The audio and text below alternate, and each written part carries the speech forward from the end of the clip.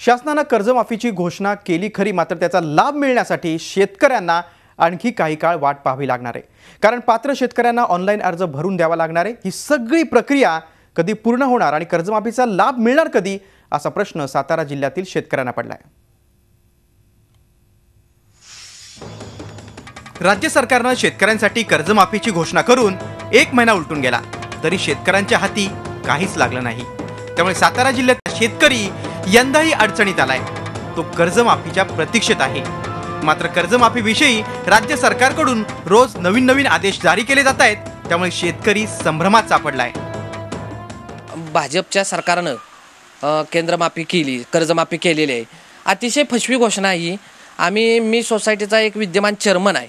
मी रोज माझ्याकडे गावातील अल्पभूधारक शेतकरी रोज येत आहेत आणि कर्जमाफीविषयी आमच्याकडे विचारणा करत आहेत।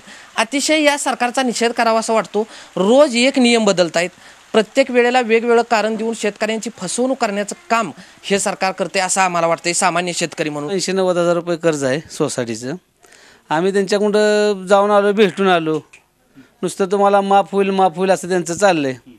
आता मला काल परवा म्हणले तुम्ही भरलीच पाहिजे सोसायटी, भरल्यानंतर तुम्हाला काय माफ होणार, त्यातनं टक्केवारी माफ होऊ शकेल।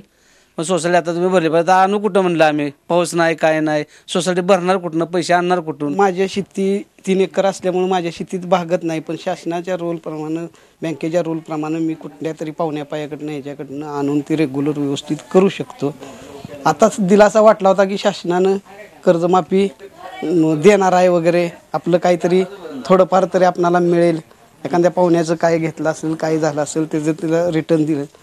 असे वारंवार मी सोसायटीमध्ये जात असताना तिथला सचिव सांगत असतो की अजून आम्हालाच कळालं नाही तर तुम्हाला कुठून देणार। कर्जमाफीच्या नावाखाली राज्य सरकारकडून शेतकऱ्यांची फसवणूक केली जाते, असा आरोप सत्ताधारी शिवसेना तसंच विरोधी पक्षांकडून केला जातोय। 1 महिन्यापूर्वी कर्जमाफी केली, ती निव्वळ आता वाटायला लागले की फसवणूक झालेली आहे। आज 1 महिना झाला तरी सुद्धा कोणत्याही प्रकारचा अध्यादेश बँकेंना आलेला नाही किंवा शासनाच्या अधिका ऑफिसला आलेला नाही। त्याचबरोबर कुठल्याही राष्ट्रीयकृत बँका असतील, इतर बँकांना कोणत्याही प्रकारचा हा कर्जमाफीचा अध्यादेश आलेला नाही। प्रत्यक्षात पूर्णपणे ही कर्जमाफी फसवी आहे। जिल्हा बँकेला किंवा स्थानिक कुठल्याही बँकेला, राष्ट्रीयकृत बँकांना ह्यांनी कुठलंही सर्क्युलर दिलेलं नाही। निकषावर निकष रोज बदलत आहेत। कधी म्हणतात 2012 ते 16, कधी म्हणतात 2009 ते 16, खरा लाभार्थी 2016 ते 17 असताना आमच्या पक्षप्रमुखांनी त्याची मागणी केलेली असताना त्याचाही कुठला विचार यांनी केलेला नाही। सातारा जिल्हा मध्यवर्ती सहकारी बँकेनं मार्च महिन्यात 2,40,599 शेतकऱ्यांना पीक कर्जाचं वाटप केलं। मात्र राज्य सरकारनं शेतकऱ्यांच्या कर्जमाफीबाबत जिल्हा बँकेला कोणतेच आदेश दिले नाहीत। आता कर्जमाफी परवा जाहीर झाल्यापासून आपण वर्तमानपत्रात, टीव्हीमध्ये जे बातम्या सगळे बघतच असतो। या व्यतिरिक्त अन्य कसलीही गाईडलाईन्स किंवा पत्रव्यवहार शासनाचं आमच्याकडे झालेलं नाही। आणि यासाठी आमच्या बँकेचे मुख्य कार्यकारी अधिकारी सन्माननीय डॉक्टर राजेंद्र सरकार साहेब यांनी शासनाकडं तसा पाठपुरावा सुरू की आम्हाला काहीतरी कळवा, म्हणजे आम्हाला काहीतरी कार्यवाही करता येईल। शेतकऱ्यांसाठी ऐतिहासिक कर्जमाफी केल्याचा दावा राज्य सरकारकडून केला जातोय।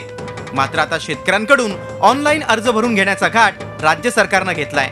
त्यामुळे ही कर्जमाफी खरंच मिळणार का, असा सवाल बळीराजाकडून विचारला जाऊ लागलाय।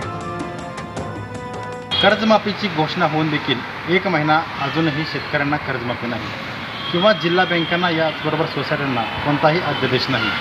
मात्र राज्यातील शेतकरी कर्जमाफी कधी मिळणार याकडे लक्ष देऊन आहे। कॅमेरा पर्सन सागर दंडावतेसह विकास भोसले, झी मीडिया, सातारा। झी 24 तास रहा एक पाऊल पुढे।